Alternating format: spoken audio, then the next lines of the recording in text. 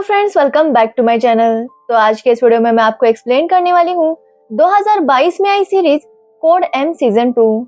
इसका सीजन 1 मैंने पहले एक्सप्लेन किया है और अगर आपने नहीं देखा तो उसकी लिंक आपको डिस्क्रिप्शन में मिल जाएगी। तो चलिए विदाउट वेस्टिंग टाइम सीजन 2 का एक्सप्लेनेशन स्टार्ट करते हैं। सीरीज स्टार्ट होती है मोनिका मेहरा से, जो एक आर्मी ऑफिसर है। उसकी दशरथ के साथ शादी हो गई थी, लेकिन मोनिका अपने काम में ज्यादा बिजी रहती थी और ये बात दशरथ को पसंद नहीं थी। दशरथ उसे दो ऑप्शन देता है, या तो वो उसे चूज कर ले या अपने काम को।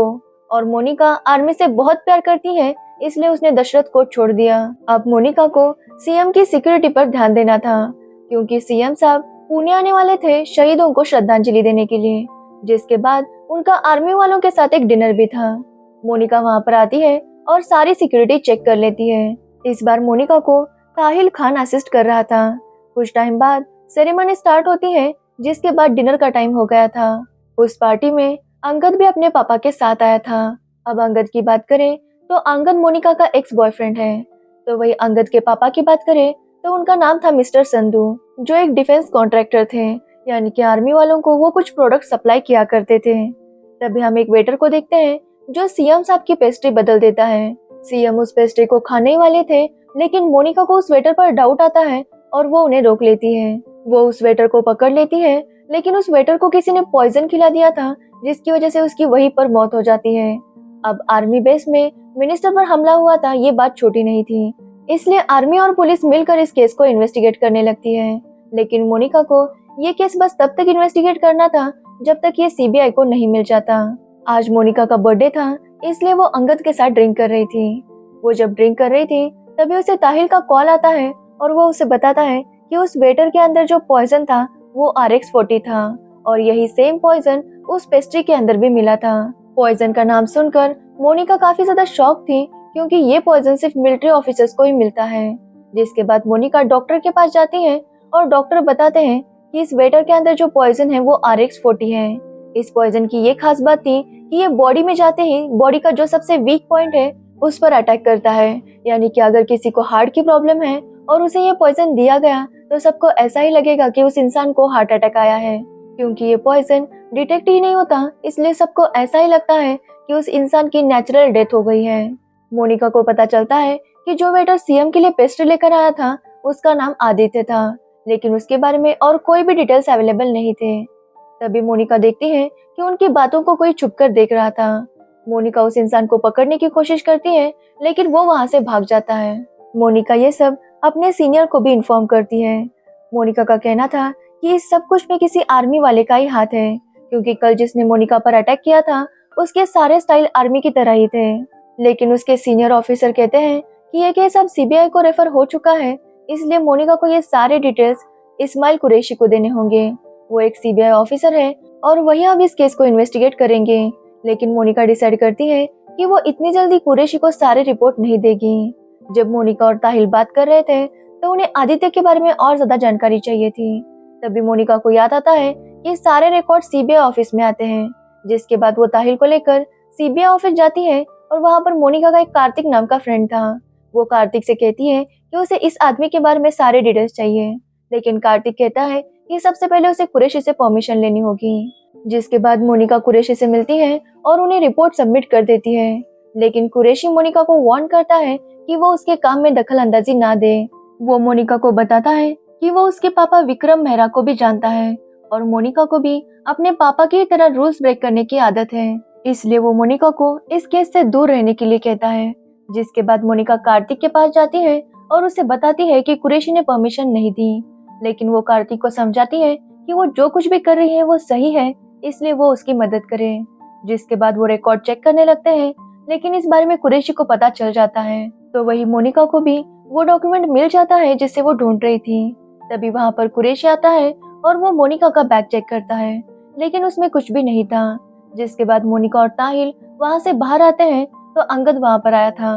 मोनिका ताहिल को बताती है कि उसने उस डॉक्यूमेंट की फोटो ली थी और जो बेटा स्टार्ट में मरा था उसका नाम आदित्य नहीं बल्कि पंकज था और वो एक एक्स आर्मी ऑफिसर है। मोनिका अंगद से कहती है कि उन्हें दादर जाना है, क्योंकि पंकज का घर वहीं पर था। जिसके बाद वो तीनों पंकज के घर जाते हैं, लेकिन वहाँ पर एक दूसरा आदमी कुछ ढूंढ रहा था। जैसे ही वो मोनिका को देखता है वो वहाँ से भागने लगता है। मोनिका उसे पकड़ने की कोशिश करती है, लेकिन वो आदमी वहाँ पर आग लगा देता है, जिससे मोनिका बेहोश हो जाती है। तभी वहाँ पर अंगद आता है और वो मोनिका को बचा लेता है, लेकिन मोनिका ने उस आदमी के हाथ से कुछ लैपटॉप और बाकी कुछ प्रूफ्स ले लिए थे। मोनिका सारे प्रूफ्स को चेक करना चाहती थी, लेकिन अंगद उसे जबरदस्ती हॉस्पिटल लेकर जाता है। तो वही Tahil laptop data recovery agent के पास जाता है। वहाँ पर हमें पता चलता है कि मोनिका को आग का फोबिया था। एक्चुअली जब मोनिका छोटी थी तो एक दिन उनके घर में आग लग गई थी। मोनिका के पापा मोनिका और उसकी माँ को घर से बाहर लेकर आते हैं, लेकिन मोनिका रो रही थी क्योंकि उसकी फेवरेट डॉल अंदर रह गई थी। जिसके बाद मोनिका के पापा वो डॉल लाने अंदर गए और गैस का सिलेंडर फट गया, जिसमें मोनिका के पापा की डेथ हो चुकी थी। तब से मोनिका को ऐसे ही लगता है कि शायद उसकी वजह से ही उसके पापा की डेथ हुई है।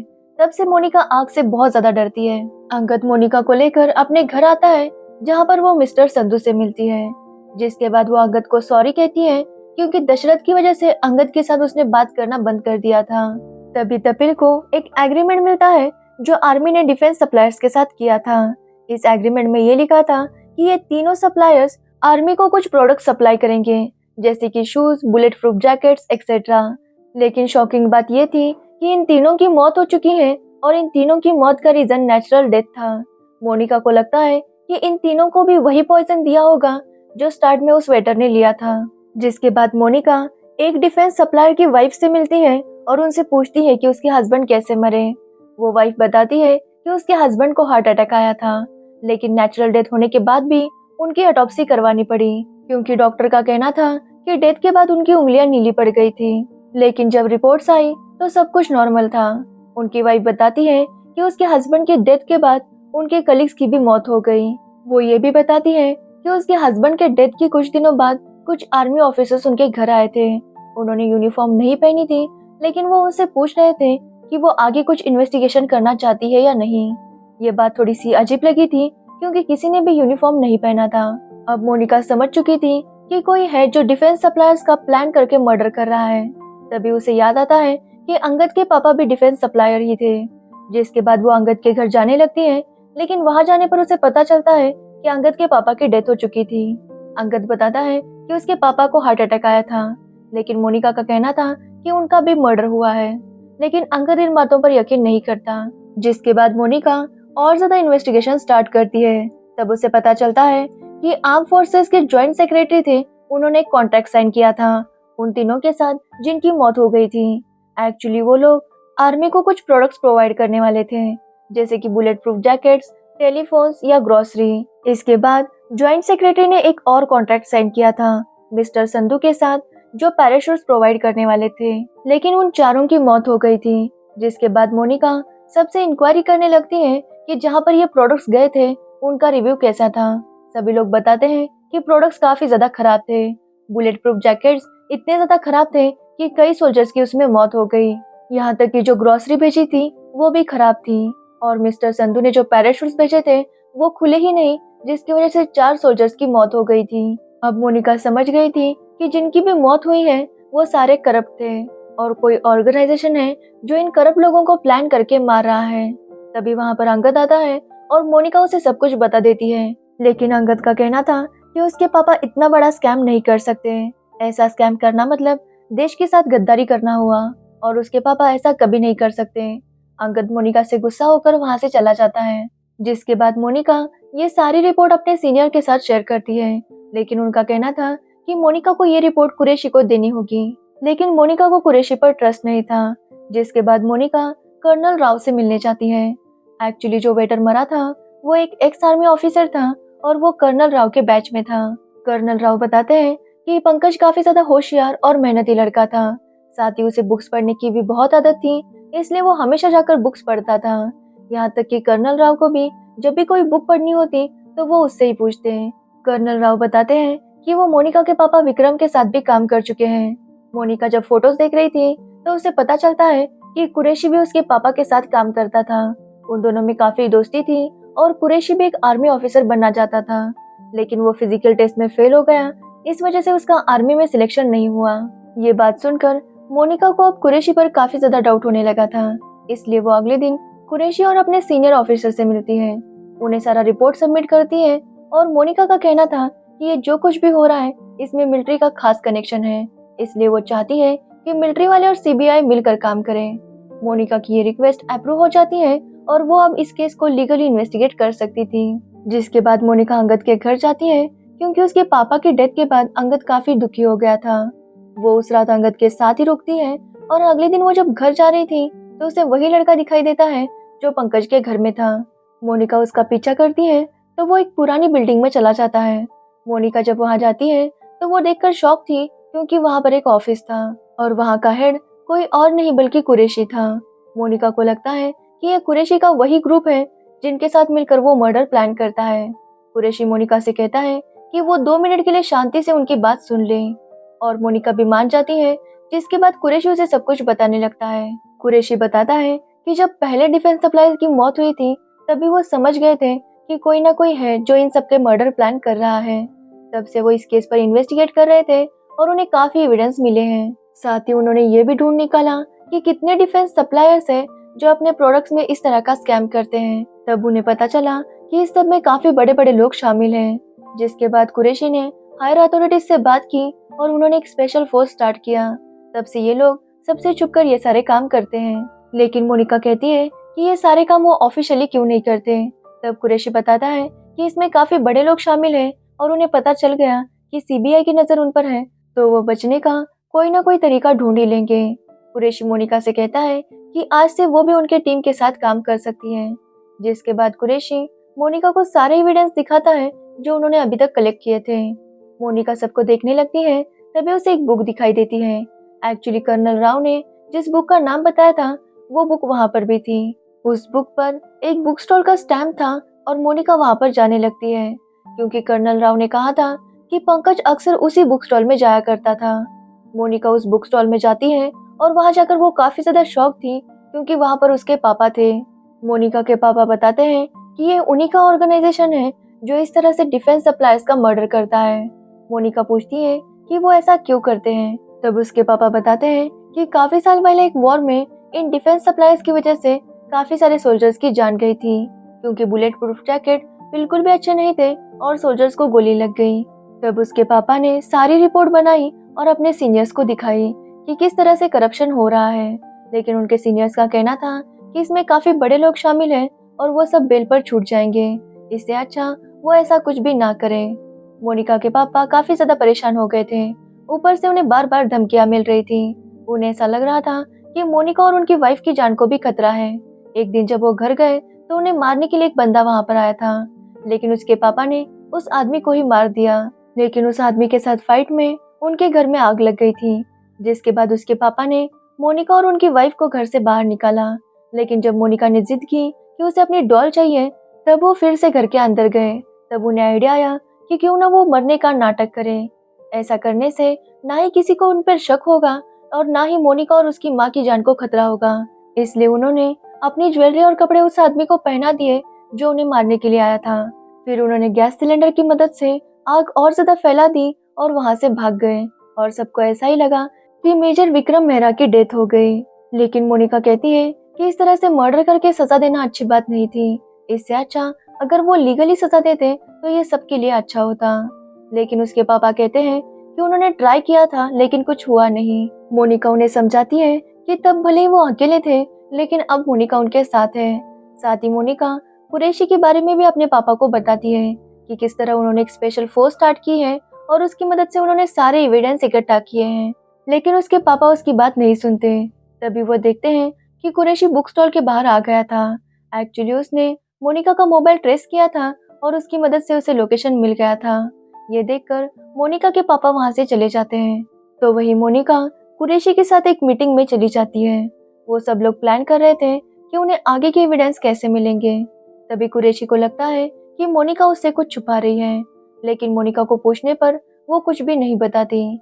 अगले दिन मोनिका फिर से अपने पापा से मिलने आती है। तब उसके पापा बताते हैं कि वो चाहते हैं कि मोनिका उनके साथ काम करे और मोनिका भी इस बात के लिए मान जाती है। लेकिन उसके पापा कहते हैं कि सबसे पहले मोनिका को एक टेस्ट देनी होगी। वो मोनिका को एक एड्रेस बताते हैं और उसे कहते हैं कि उसे सीएम को लेकर वहां आना होगा। जिसके बाद मोनिका सीएम के पास जाती है और सीएम उस पर विश्वास कर लेता है क्योंकि मोनिका ने पहले भी सीएम की जान बचाई थी। इसी बात का फायदा उठाकर मोनिका सीएम को लेकर उस जगह पर पहुंच जाती है जहां पर उसके पापा ने आने के लिए कहा था। जैसे वो सीएम को लेकर वहां आती है, उसके पापा सीएम को मारने वाले थे क्योंकि सीएम ही सबसे बड़ा फ्रॉड था। लेकिन मोनिका अपने पापा से कहती है कि वो ऐसा ना करें क्योंकि उसने और कुरैशी की टीम ने सीएम के खिलाफ सारे सबूत इकट्ठा कर लिए थे। मोनिका बताती है कि उसने कुरैशी को बता दिया था कि उसके पापा जिंदा हैं और वो लोग क्या कर रहे हैं इसकी सारी डिटेल्स भी कुरैशी के पास थी। तभी वहां पर कुरैशी अपनी टीम के साथ आ जाता है। तभी उन पर कोई फायरिंग करने लगता है और मोनिका देखती है तो वो अंगद था। तभी मोनिका के पापा को गोली लग जाती है और अंगद उन्हें बचाकर कहीं और ले जाने लगता है। मोनिका उनका पीछा कर रही थी और साथ ही वो अंगद को कॉल भी कर रही थी। अंगद उसका कॉल उठाता है और मोनिका उससे पूछने लगती है कि वो आखिर कर क्या रहा है। तब अंगद बताता है कि वो 3 सालों से विक्रम के साथ काम कर रहा था। एक्चुअली अंगद का मोनिका को मिलना ये सब कुछ भी प्लान था।